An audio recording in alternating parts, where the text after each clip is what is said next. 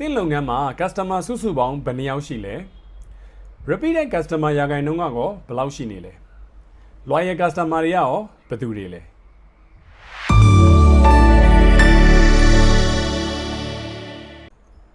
အကြောင်းပိုင်းမှာစနစ်လဲကြရောင်းရလဲရစေမဲ့အယောင်စီမံခန့်ခွဲမှုနည်းစနစ်တွေနဲ့ကူညီအကြံပြုပေးနေတဲ့ High Consulting Fund က Business and Executive Coach ကျော်လွင်ပါ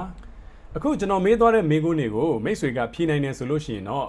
မိတ်ဆွေရဲ့လုပ်ငန်းမှာ CRM လို့ခေါ်တဲ့ Customer Relationship Management စနစ်ရှိနေပြီးသားလို့ပြောလို့ရပါတယ်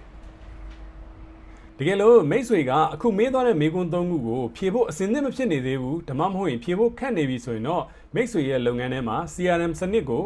set up လုပ်ဖို့အတွက်အကြံပြုချင်ပါတယ်။ဘာကြောင့်လဲဆိုရင် business တစ်ခုကြီးလာဖို့က new customer ကအရေးကြီးသလို repeated and loyal customer ကပိုပြီးတော့အရေးကြီးပါသေးတယ်။အကြောင်းကတော့ 80% သော revenue တွေက 20% သော loyal customer တွေစီကလာတတ်တာကြောင့်မလို့ပါ။လုပ်ငန်းကြီးတွေမှာဆိုရင် CRM ကိုဈေးကြီးပေးရတဲ့ software တွေသုံးပြီးတော့လုပ်နေကြတယ်ဆိုပေမဲ့ကျွန်တော်တို့ SME level မှာဆိုရင်တော့ software မသုံးညင်သေးဘူးဆိုရင်တော့ကိုယ်တိုင်ထိထိရောက်လုပ်လို့ရမယ့်နည်းစနစ်တစ်ခုကိုကျွန်တော်တို့ဖြတ်သန်းခဲ့တဲ့အတွေ့အကြုံတွေရယ်ကျွန်တော်တို့ consulting လုပ်နေတဲ့ company တွေမှာလုပ်နေတဲ့ practice လေးကိုကျွန်တော်ဒီမှာမျှဝေပေးချင်ပါတယ်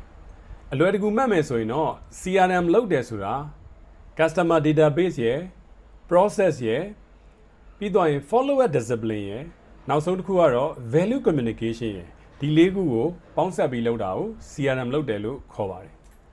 ဒီ CRM လောက်တာနဲ့ပတ်သက်လို့အသေးစိတ်ဆွေးနွေးကြတာတွေရှိရင်လည်းကျွန်တော်ကိုဆက်သွယ်ပြီးတော့ဆွေးနွေးလို့ရပါတယ်မိတ်ဆွေရဲ့လုပ်ငန်းထဲမှာ CRM system တွေထည့်ချင်နေဆိုရင်ကျွန်တော်အကြံပြုပေးလို့ရပါတယ်